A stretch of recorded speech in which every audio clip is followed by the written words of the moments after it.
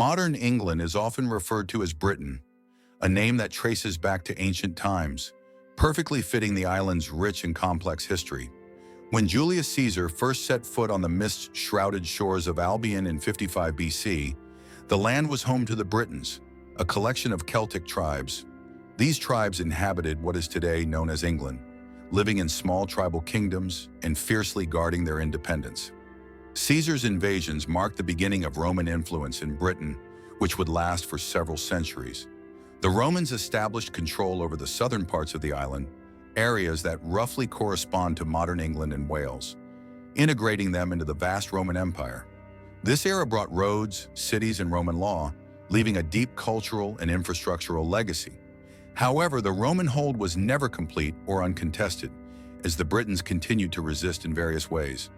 By the early 5th century, the Roman Empire was weakening, and its legions withdrew from Britain. Left to fend for themselves, the Britons faced new threats. Seeking protection against northern tribes and others, they invited Germanic warriors from the continent, Angles, Saxons, and Jutes, to help defend their lands. But these allies soon turned conquerors, displacing or assimilating the native Britons and establishing several Anglo-Saxon kingdoms. This marked the beginning of what would become England's early medieval period.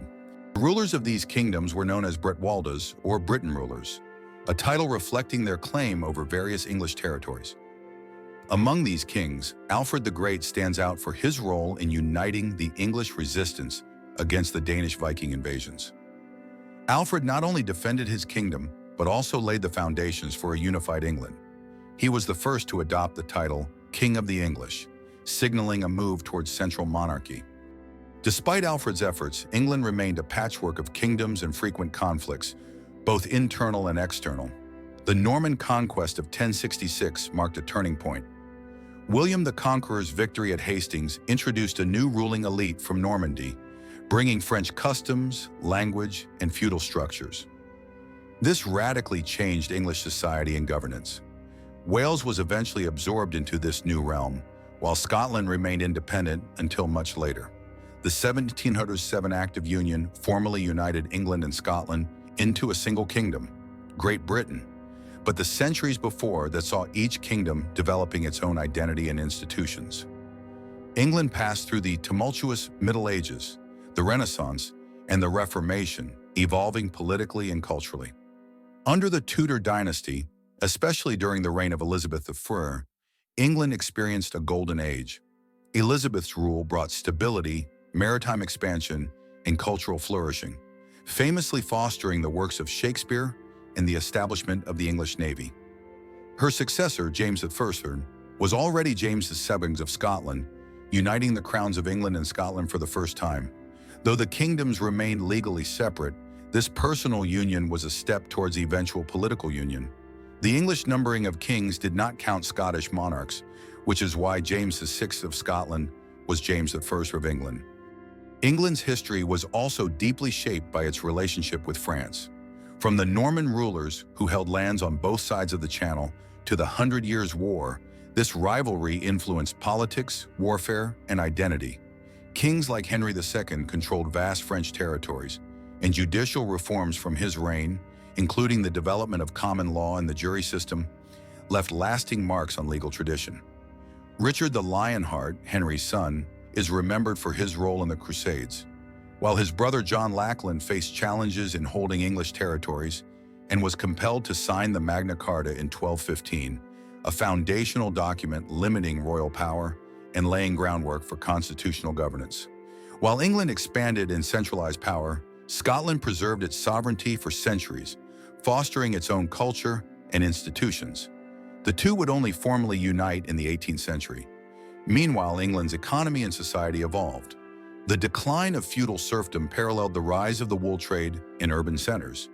The English language itself transformed as Anglo-Saxon, Norman French, and Latin influenced one another, with the London dialect emerging as the basis of modern English. The 100 Years' War with France was a defining conflict, bringing both military victories and social upheaval. The English won major battles like Crécy and Poitiers, capturing the French king, but the war's long duration devastated populations and economies. It also inspired legendary figures like Joan of Arc in France and sparked social unrest such as the Peasants' Revolt in England. Following the wars, England faced internal conflict during the Wars of the Roses, a dynastic struggle between the houses of Lancaster and York. The conflict ended with Henry Tudor's victory and establishment of the Tudor dynasty, which brought peace and consolidated royal authority. Henry VII's marriage to Elizabeth of York symbolically united the warring factions, ushering in an era of relative stability. Henry VIII further shaped England's destiny by breaking with the Catholic Church and founding the Church of England, declaring himself its supreme head. This reformation had profound religious, political, and social consequences, cementing royal supremacy over religious affairs. In the centuries that followed, England developed a constitutional monarchy with the rise of Parliament. The Glorious Revolution of 1688 confirmed parliamentary sovereignty, curbed royal absolutism, and strengthened the position of the emerging bourgeoisie. Two political parties, the Whigs and Tories, formed, laying the groundwork for modern British democracy. The 18th century saw England transform into a global power. Defeating rivals like the Dutch and sustaining long conflicts with France, England expanded its empire worldwide. The Hanoverian kings promoted parliamentary governance, and Britain became a leader in industry and commerce. Queen Victoria's accession in 1837 marked the start of the longest reign in British history. The Victorian era was defined by industrial progress, colonial expansion, and social reform, positioning Britain as the foremost world power of the 19th century. Today, the United Kingdom comprises 39 counties with one of the highest population densities globally.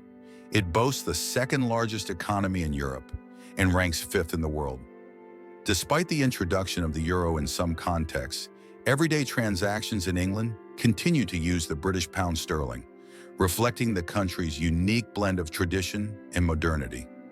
England's journey from ancient tribal lands to a powerful modern nation is a story of conquest, adaptation, and resilience, shaping not only the island itself, but the wider world through language, law, culture, and empire.